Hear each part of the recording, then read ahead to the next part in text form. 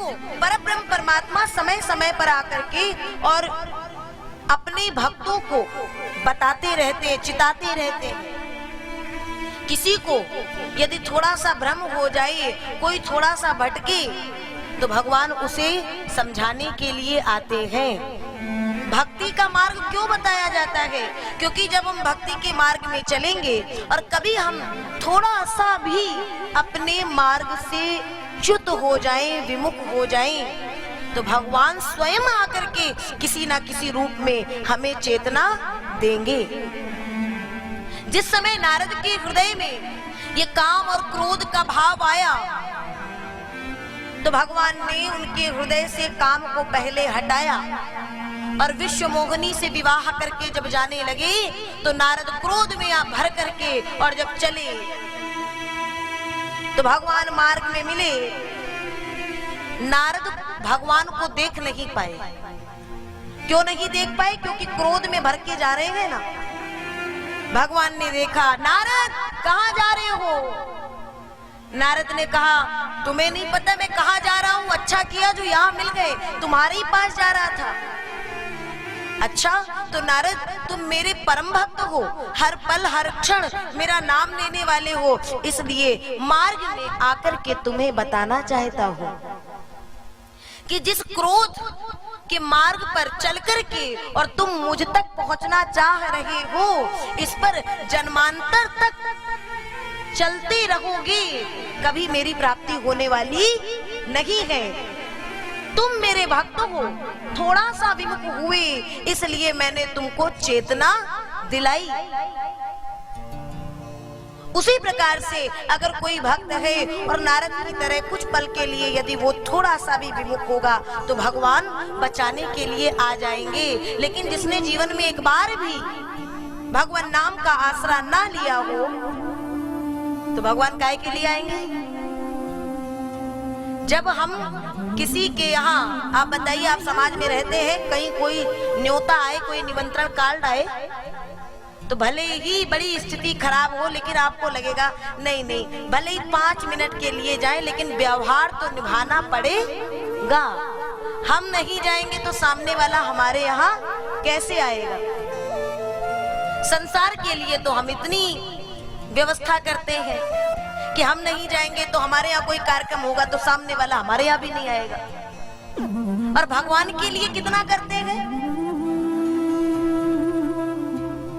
बस इतनी ही बात है कि दुनिया केवल तुम्हें स्वार्थ के कारण स्वीकार करेगी और मेरा परमात्मा तुम्हें प्रेम के कारण स्वीकार करेगा।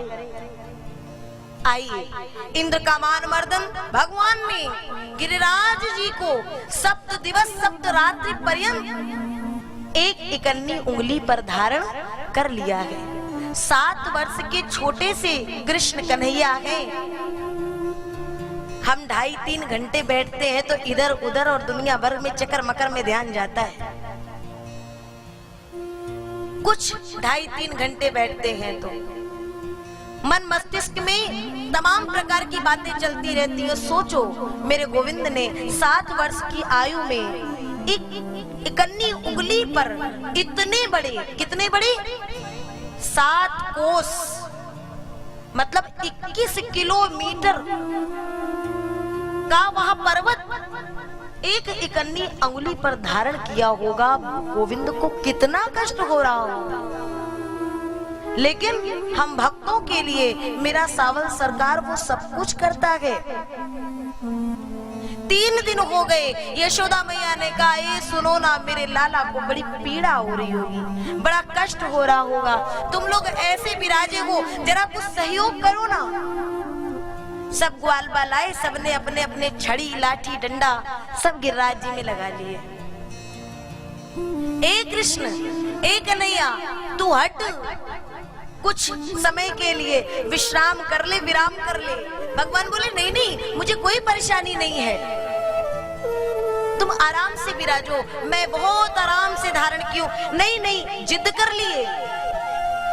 भगवान ने जब देखा तो बोले, तो हटाऊं? हाँ, हटा हटा। और भगवान ने नेक जरा सी वो अंगुरियां नीचे की ना, तो गिरिराज जी तुरंत नीचे आने लगे।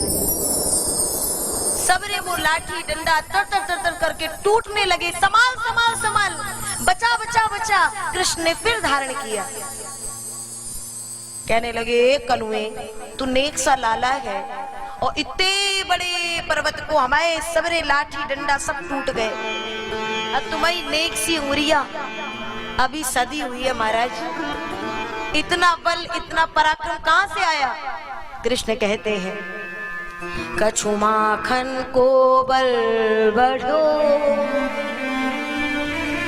कछु गोपन करी सहाय। कछु माखन, जो इतने दिन बचपन से लेके अभी तक ये जो माखन खाया ना चुरा चुरा के सब, ये उसी का ही बल है। कछु माखन को बल बढ़ो, कछु गोपन करी सहाय।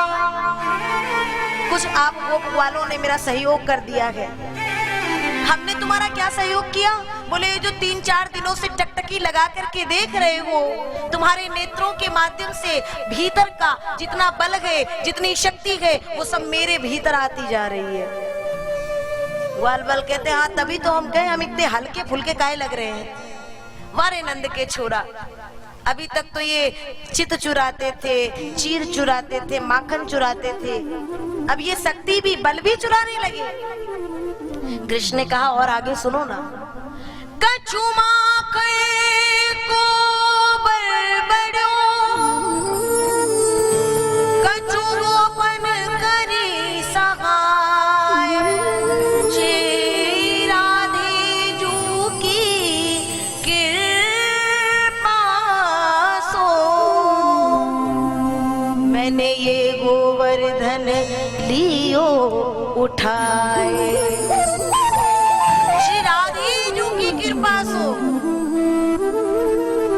तब जितने गोपी ग्वाल गए सब गाने लगे श्री कृष्णा बोलो श्री कृष्णा। केवल एक लाइन गाएंगे आनंद के साथ में, श्री कृष्णा बोलो श्री कृष्णा, श्री कृष्णा बोलो श्री कृष्णा। ओ मेरे प्यारे का नाम श्री कृष्णा, मेरे प्यारे का नाम श्री कृष्णा। ओ मुरली वाले का नाम श्री कृष्णा, मुरली वाले का नाम श्री कृष्णा।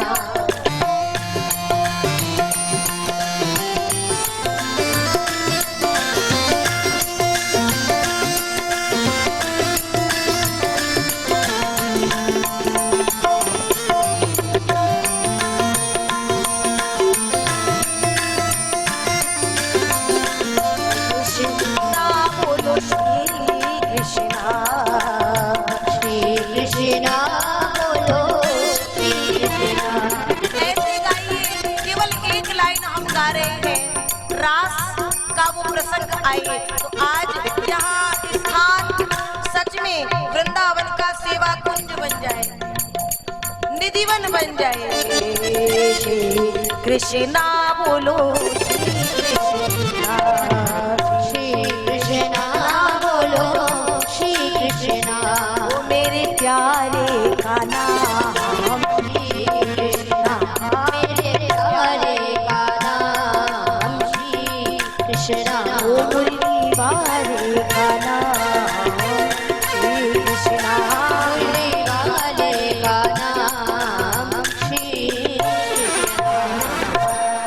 इंद्र ने कहा सैनिकों को जाओ जाकर के देखो, अब कुछ कहीं बचा नहीं होगा। लेकिन जैसे ही सैनिक आए दौड़ के गए, बताए महाराज वहां तो धूल उड़ रही है। इंद्र ने ध्यान धर करके देखा कौन है जिसके कारण मेरी इतनी घमासान जलवृष्टि का ब्रज में कोई प्रभाव ही नहीं पड़ा। परब्रह्म परमात्मा नारायण को देख करके इंद्र चरणों में गिर करके क्षमा याचना करते हैं। कभी कभी देखो संसार में, जगत में इतना ध्यान रखना कि हम जो भी हैं, जितने भी हैं, जहां तक भी हैं, वो केवल उसकी कृपा है। और जब हम वहां पर अपना मैं पना ला देंगे तो भगवान यही इंद्र की तरह 2 सेकंड में, क्षण मात्र में, पल मात्र में बता देंगे कि तू क्या है।